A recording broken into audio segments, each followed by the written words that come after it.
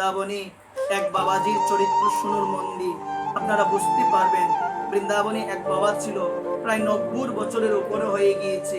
বাবা সর্বদা বৃন্দাবনে থেকে সর্বদা আমার ভগবানের ভজন করতেন। মন দিয়ে শুনবেন, সর্বদা আমার রাধারানীর ভজন করতেন। বাবার যখন অনেক বয়স হয়ে গিয়েছে, বাবার বেদি হয়েছে, বয়স হলে তো বেদি হয় না মা, বেদি হয়েছে। শিষ্যরা চিন্তা করলো যে বাবাকে দিল্লি নিয়ে যেতে হবে, দিল্লি গিয়ে ভালো একজন ডাক্তার বাবাকে দেখাতে হবে। বাবার কাছে গিয়ে বলছেন, বাবা আপনাকে আরো বাঁচতে হবে, বাবা আপনি যদি চলে যান আপনার বিহনে আমরা থাকতে পারবো, আপনাকে থাকতে হবে বাবা আরো অনেক বছর। যে দেখো আমাকে নিয়ে যেও না, আমার মন চাচ্ছে না, তোমরা আমাকে নিয়ে যেও না, আমি বৃন্দাবনে থাকবো। শিষ্যরা এত কাছের শিষ্য ছিল, তারা নিবেদন করে বলছে, বাবা আমাদের কথাটা রাখো, বাবা তুমি চলো আমাদের সঙ্গে দিল্লির মধ্যে, বেশি দিন হবে না, তুমি চলো, সেখান থেকে ডাক্তার দেখিয়ে তোমাকে অপারেশন করিয়ে আবার তোমাকে বৃন্দাবনে নিয়ে আসবো। কিন্তু বাবা মন থেকে চাইছিল না। বাবাকে যখন নিয়ে যাওয়া হবে বিমানে করে, বাবা নিয়ে যাওয়ার পূর্বে বৃন্দাবনের রস বাবা একটু মুখের মধ্যে, জিহ্বার মধ্যে ধারণ করে রেখেছিল। শাস্ত্র বলছেন মা আমাদের প্রতিদিন হলো বৃন্দাবনে যারা যায়, বৃন্দাবনের রস মানে ধুলিটা সংগ্রহ করে রাখা উচিত। প্রতিদিন একটু হলেও সেটা গ্রহণ করা উচিত, একটু হলেও সেটা এখানে লাগানো উচিত। ললাটের মধ্যে শুদ্ধ চেতনা আসবে, খারাপ চিন্তা আসবে না, খারাপ মানসিকতা আসবে না। যদি বৃন্দাবনের রস, যে রজের মধ্যে আমার ভগবানের চরণ ধুলি পড়ে আছে, এটা সাক্ষাৎ ভগবানের চরণ রজ, এটা বৃন্দাবনের ধুলি, এই যে এটা লাগানো হলো, এটা যতক্ষণ পর্যন্ত থাকবে এই জায়গার মধ্যে আমার মস্তিষ্ক সতেজ থাকবে, খারাপ চিন্তা, খারাপ অনুভূতি, কোন ধরনের এইরকম অনুভূতি আমার মধ্যে আসবে না। শুধুমাত্র এটা দেওয়ার কারণই হচ্ছে আমি আমার আজ্ঞা চক্রকে আমি আমার নিয়ন্ত্রণে রাখবো।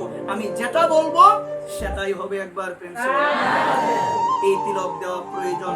দ্বাদশ অঙ্গে তিলক দেওয়া মানে দ্বাদশ অঙ্গে আমার প্রভুকে, প্রভুর দ্বাদশ নাম উচ্চারণ করে দ্বাদশ অঙ্গে আমরা প্রভুকে বসাচ্ছি। একবার কেশবায় নম, নারায়ণ নম, গোবিন্দায় নম, মাধবায় নম। এই যে মাধবায় নম এই মন্ত্র, ঋষিকেশায় নম, পদ্মনাভায় নম, দামোদরায় নম, এই মন্ত্রগুলো আমরা দ্বাদশ অঙ্গে তিলক দেওয়ার সময় আমরা উচ্চারণ করে করে দ্বাদশ অঙ্গে আমি আমার হরিকে, আমি আমার ভগবানকে আমার দ্বাদশ অঙ্গে অবস্থান করাচ্ছি। একবার আজকে বাবা তিনি যখন চলে যাবেন, শিষ্যরা নিয়ে যাবেন বিমানে করে দিল্লিতে, বাবা তখন কি করেছেন মা, ওই রস নিজের জিহ্বার মধ্যে একটু ধারণ করেছেন। বাবাকে নিয়ে যাওয়া হলো, ডাক্তার মশাইয়ের কাছে যাওয়া হলো। ডাক্তার মশাই বলছেন অবস্থা অনেক শোচনীয় অবস্থা, বাঁচানো নাও সম্ভব হতে পারে। শিষ্যরা চরণে তারা প্রণতি নিবেদন করে বলছে, যে করে হোক আপনি আপনার যথাসাধ্য চেষ্টা করবেন, যতটুকু পারা যায় আপনি ভগবানের নাম নিয়ে চেষ্টা করবেন, যে করি হোক গুরুদেবকে আবার আমরা আমাদের মাঝখানে ফিরে পেতে চাই। একবার অপারেশন থিয়েটারে নিয়ে যাওয়া হলো, মন দিয়ে শুনবেন। অপারেশন থিয়েটারে নিয়ে গেলে আমাদের সমস্ত অঙ্গকে ইনজেকশন দিয়ে অবশ করে দেওয়া হয়, আমরা কিচ্ছু বলতে পারবো না। মা একটু কথা মন দিয়ে, মা ধ্যান দিয়ে এই কথাটি একটু লক্ষ্য রাখবেন মা। বাবার সমস্ত অঙ্গকে ইনজেকশন করে অবশ করা হয়েছে। অবশ করার পরে বাবার অপারেশন হবে মা। অপারেশন করতে গিয়ে দেখছেন অবস্থা এতই শোচনীয় হয়ে গিয়েছে, ডাক্তার দেখছেন আর বাঁচানো সম্ভব নয়। তার কিন্তু অঙ্গ অবশ, যখন মৃত্যু হবে ডাক্তার ছিল আর কেউ ছিল না, দুটা শব্দ উচ্চারণ করে দেহ রেখেছে। ডাক্তার মশাই অবাক হয়ে গিয়েছে, তার অঙ্গকে আমি অবশ করে দিলাম, এই শব্দটা উচ্চারণ করে কিভাবে সে দেহ রাখলো। সে অপারেশন থিয়েটার থেকে বেরিয়ে আসলো, এসে বলছেন, দাঁড়িয়ে রয়েছেন, কিচ্ছু আর বলে না।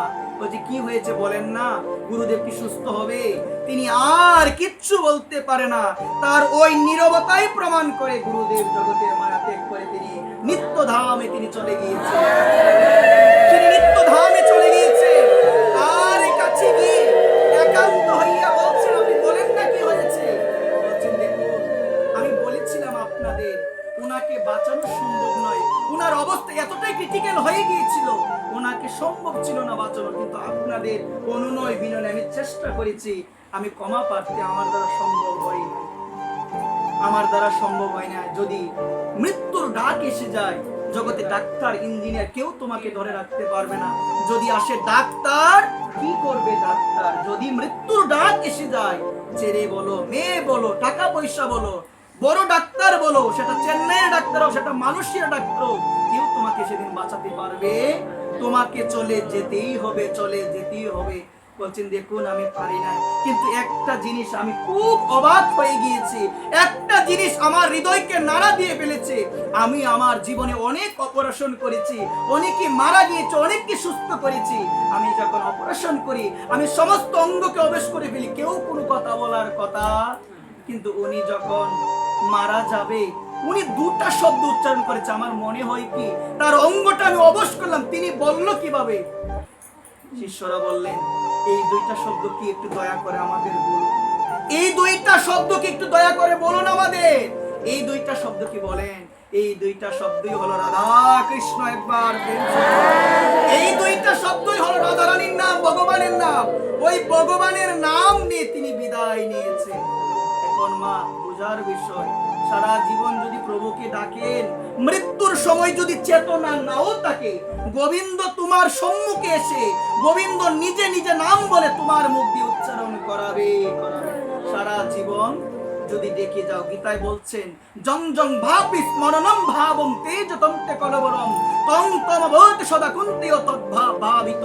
যে যে ভাব নিয়ে মৃত্যুবরণ করে, সে পরবর্তী জন্মে সেই ভাবযুক্ত শরীর লাভ করে। গীতায় আবার বলছেন প্রভু অন্তকালে চ মামেব স্মরণ মুক্ত কলিবরম য প্রয়াতি সমদ্ভবাং জাতি নাস্তয় ন সংশয়। অর্জুন, কোনো সন্দেহ নাই, অন্তিম কালে যে বলতে পারে হা রাধে গোবিন্দ, অন্তিম কালে যে আমার ভগবানকে স্মরণ করতে পারে, আমার ভগবানকে ডাকতে পারে, সে আমার ভগবানের চরণ লাভ করবেই, লাভ করবে। সারা জীবন যদি নাই ডাকলাম, আসবে সেই চিন্তা? বলেন না আসবে কি? সারা জীবন যদি প্রভুকে নাই স্মরণ করলাম, অন্তিম সময়ে কৃষ্ণ স্মরণ, রাধারানী স্মরণ কখনো হবে? এটা তখনই সম্ভব নাম করতে করতে করতে করতে। যখন নাম প্রভু কৃপা করে, করুণা করে তোমার হৃদয়ে বসে যাবে, তোমার সারাক্ষণ তোমার দিব্য সময় সর্বদা দিব্য নামের স্ফুরণ, তোমার হৃদয় হবে কৃষ্ণ কৃষ্ণ কৃষ্ণ কৃষ্ণ রাধে রাধে রাধে রাধে। এটা তখনই সম্ভব হবে যখন নাম প্রভু, সাক্ষাৎ নাম। এই কলিযুগের মধ্যে মন দিয়ে শুনে, যেই নাম সেই কৃষ্ণ। কলিকালে নাম রূপে কৃষ্ণই অবতার, নাম হইতে হই গো সর্বজগত নিস্তার। এই কলিকালে সাক্ষাৎ এই হরিনাম তিনি অবতরণ করেছেন আমাদের মতো পদপতিত, আমাদের মতো পামরদের উদ্ধার করার জন্য। মহাপ্রভু গোলকের প্রেমদন হরিনাম নিয়ে তিনি শচীগর্ভ সিন্ধু হতে তিনি অবতীর্ণ হয়েছে কেবলমাত্র আমাদের মতো পতিতদের উদ্ধার করার জন্য। একবার